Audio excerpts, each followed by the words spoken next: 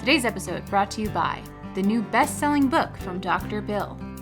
Chicken noodle soup for the choking soul. Good evening, everyone. We're back again. Get excited. Yeah. All right. So, welcome back to the Our Kind of Bad podcast. I'm Dom. And Sarah? Yeah. And this week Question mark?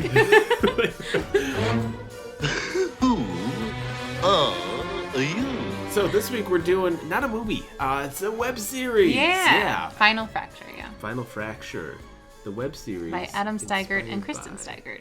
Yes. Hell yeah. All right. So I got the. Hang on. Bear with me. I had it. Oh, for God's sake, pull yourself together, man. The plot. We're trying to get the plot. Here we go. Okay. This is the story of his, all caps, favorite reaping.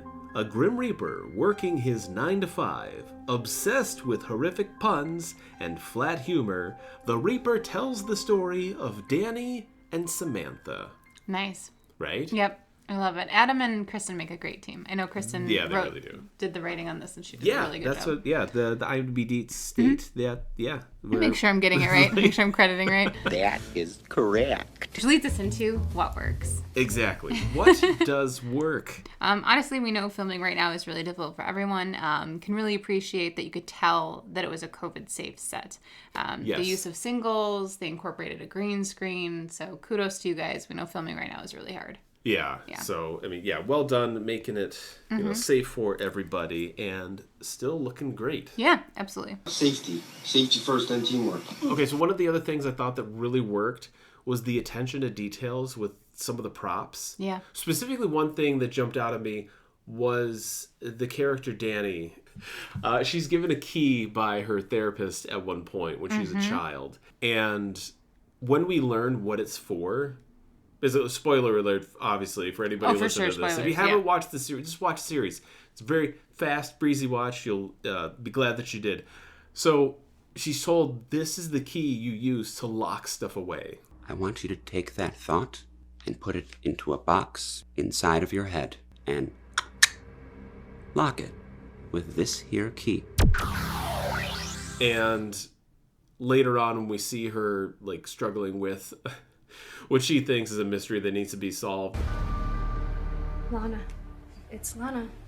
Lana.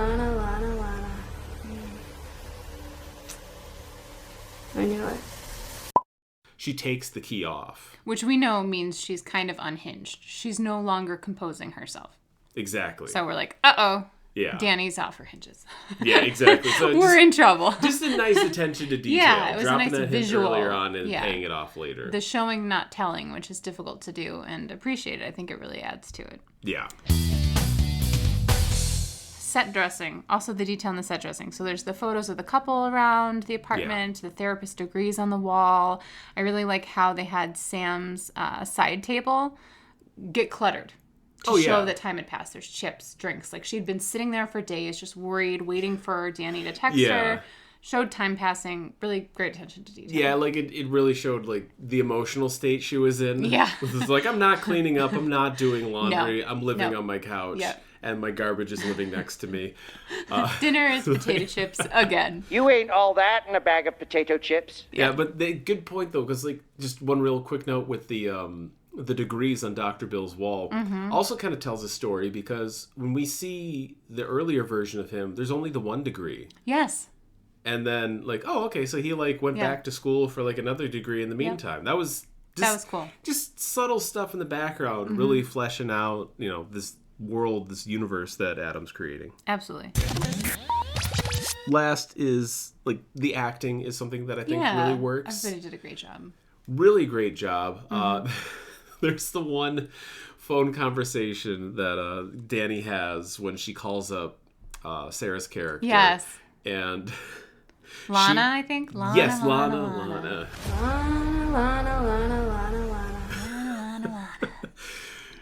She's just staring and does not blink for that entire conversation. It's oh, God. And as an audience member, I'm oh. She's pissed. Yeah. Yeah. Super creepy. Yep. Well done. Well, also trying to keep her voice in a tone that Sarah responds to and supposedly won't know that she's angry or something's up. But the face that she's making certainly conveys that. Like the top half of her face is like... doing something different than the bottom half of her face. Yeah, that was really good delivery there. And also the cat actor. Oh, yeah, the cat. Georgie, I think is his name. Like, so cute. He did a great job, too. He did a great job. Really cute. But everybody did a fantastic job. Like, Melody had a really, she nailed that monologue in the garbage on the side table episode. Yep. Episode 7, I think. And the really emotional. Yeah. The emotion that she showed was really great. Yeah. Just subtle and nuanced. Really great. And I feel bad just calling her the kid. The young Danny. Child Danny, yeah. Yeah, Child Danny. Also just nailed the creepy kid. She really did. Yeah, very good. Yeah. Playing with the dead and buried cat. I'm like, what? Yeah. Just one of my favorite moments. Just like... Here, kitty, kitty, kitty. Come on, George. Get the mouse. Okay, there's something wrong with this kid. Right. Like, I get, like, trying to play with, like, a dead cat. Right. But the cat is already... I'll save it for what the what. But did you say you get trying to play with a dead cat? And I'm like, yeah. Sometimes dead is better. It's like, yeah, that makes sense. I mean, as, like, a psycho kid. No. So it's like... it's a psycho kid. That makes sense. Okay. But it takes it to another level... Yeah. The cat is under the ground. Whatever. Yeah. Okay. You'll have to watch it. Yeah, so I guess that kind of moves us into what the what. Well, you go first it's here. Like, okay.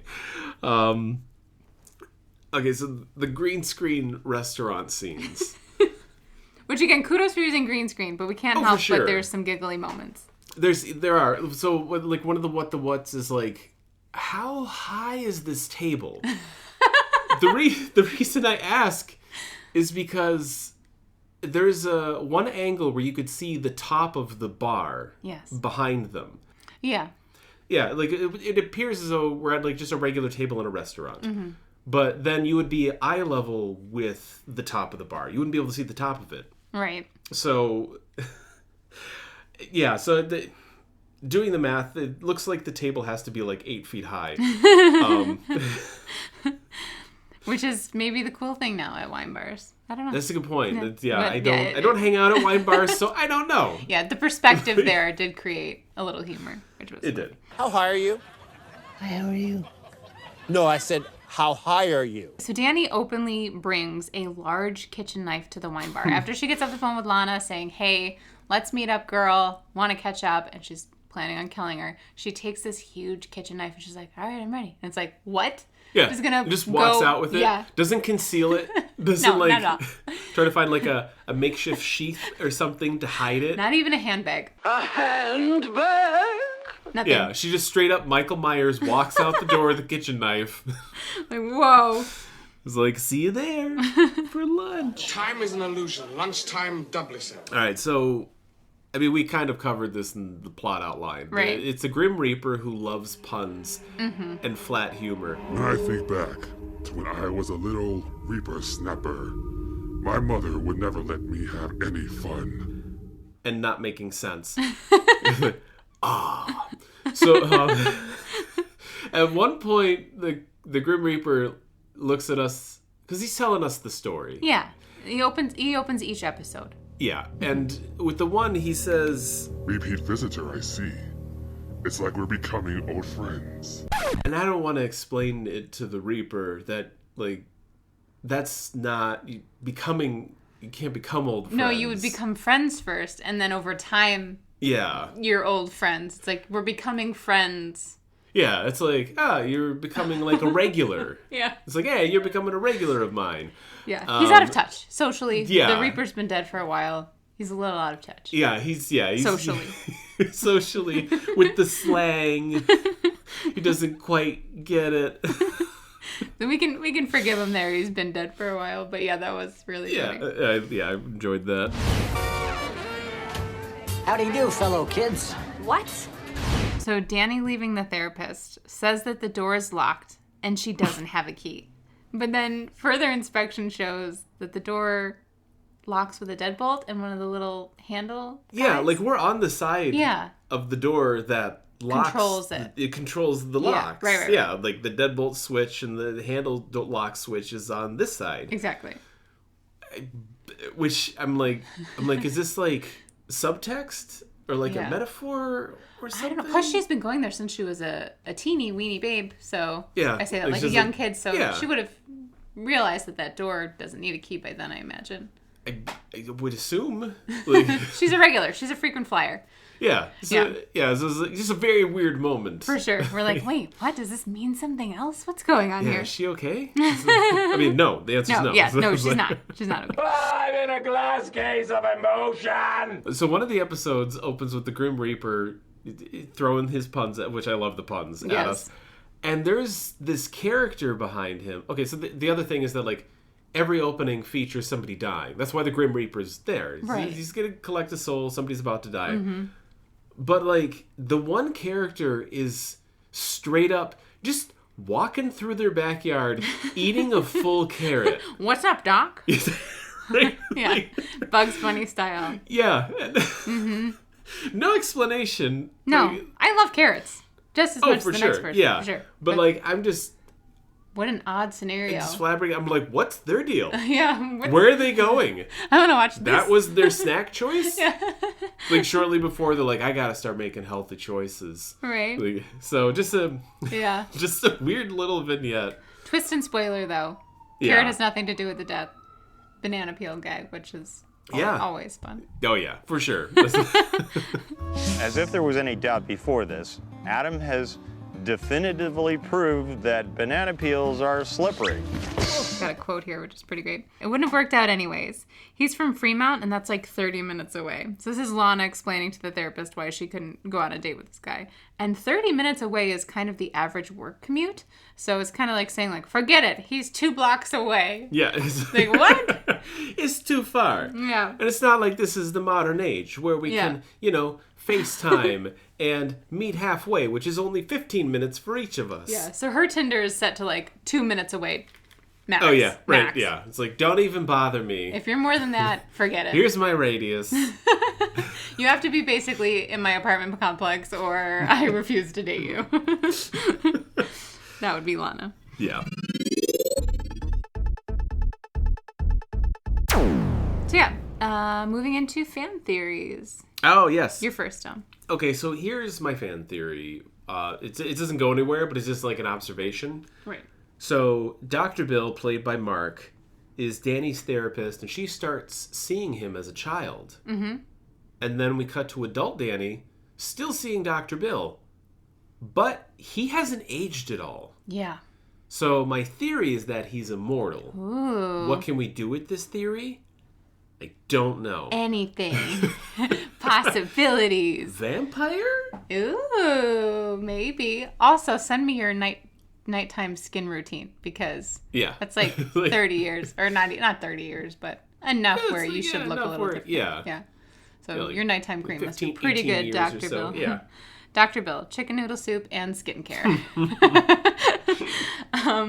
Mine is also dealing with Mark, which is fun. So maybe Mark's character is involved in the disappearance of Samantha's twin sister. I know we show what I think is Kristen's character from them. Yes. Having the twin sister in the trunk. But maybe he's involved in that then. He could be. Yeah. Maybe the two of them are like a part of like a human trafficking. Oh God. It took a dark turn. I know we're dealing with like murder and like the Grim Reaper, but that's maybe they're zombifying though, because isn't it like a government conspiracy? Oh, that's usually true. with that, so it's like Kristen's character is like the lab and the potions like experiments and like, so it might be like finding out ways to because this is in the GoreVerse, like to manipulate monsters into doing their bidding. Don't just understand. You're gonna do what I say, and I say grow. Kidnapping people to do the government's bidding. This got dark. Let's go into recommended viewing. Yeah. Honestly, check out Adam Steigert's IMDb, but maybe specifically Grim Becoming. Exactly, yeah. It's just the movie that this is a spin-off series for, so it would make sense to watch the movie that started it all. Well, started this spin-off, of Final Fracture, for sure. Yeah, and it's a good watch. Definitely would recommend Grim Becoming. Oh, for sure, yeah. And you can find like all of Adam's stuff on his YouTube. Yeah. Yeah, so Adam's really there's good about nothing stopping you. No, check out his YouTube. The series, the movies, they're all there. Yep. So check it out. Yep. And yeah, that has been Final Fracture, a grim mini-series. Yeah. All right. Bye? Bye.